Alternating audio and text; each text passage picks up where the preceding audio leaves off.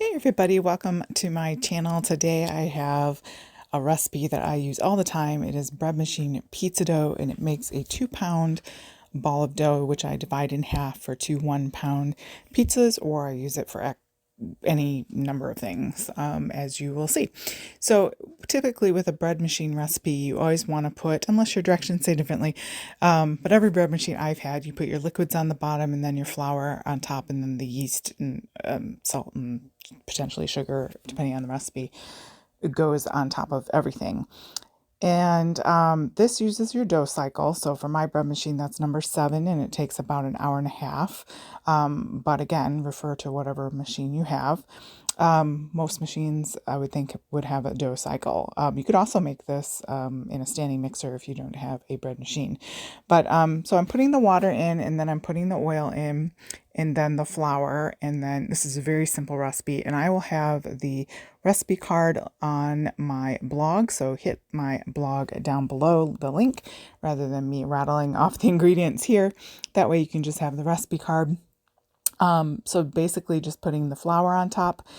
For the most perfect bread dough, you could use bread flour, but sometimes I don't. Sometimes I use all-purpose, or I 00 flour, or a mix of those flours, basically whatever I need to use up in my kitchen. So it's pretty forgiving. And then we put the salt on top. I use kosher salt, and then the instant bread machine yeast, which is about 1¼ teaspoons. So it doesn't need, like if you have one of those packets, I think is 2¼ maybe, if I remember correctly. And then we're just going to put it in to the machine. I don't have a super fancy machine. I think it was about $80, and just put it on the bread machine or the dough cycle, and hit go, and then you have an hour and a half to wait, and it does all the work for you. It needs it really well. So here I've got my dough out. I've divided it in half and punched it down, and then I'm going to cover it and let it rest for about 10 minutes before you use it. That way it gives the gluten in the dough time to relax, and that way you can shape it if you're going to use it right away.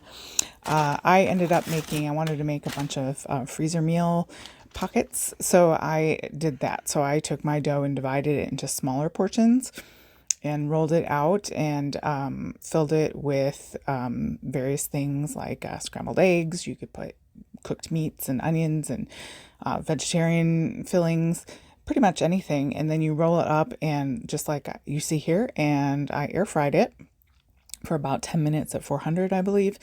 And it was really, really easy. So if you like these recipes, hit thumbs up and subscribe, and go ahead and check out the links below. Head on over to my blog at cynthiamaynard.com to get that recipe card.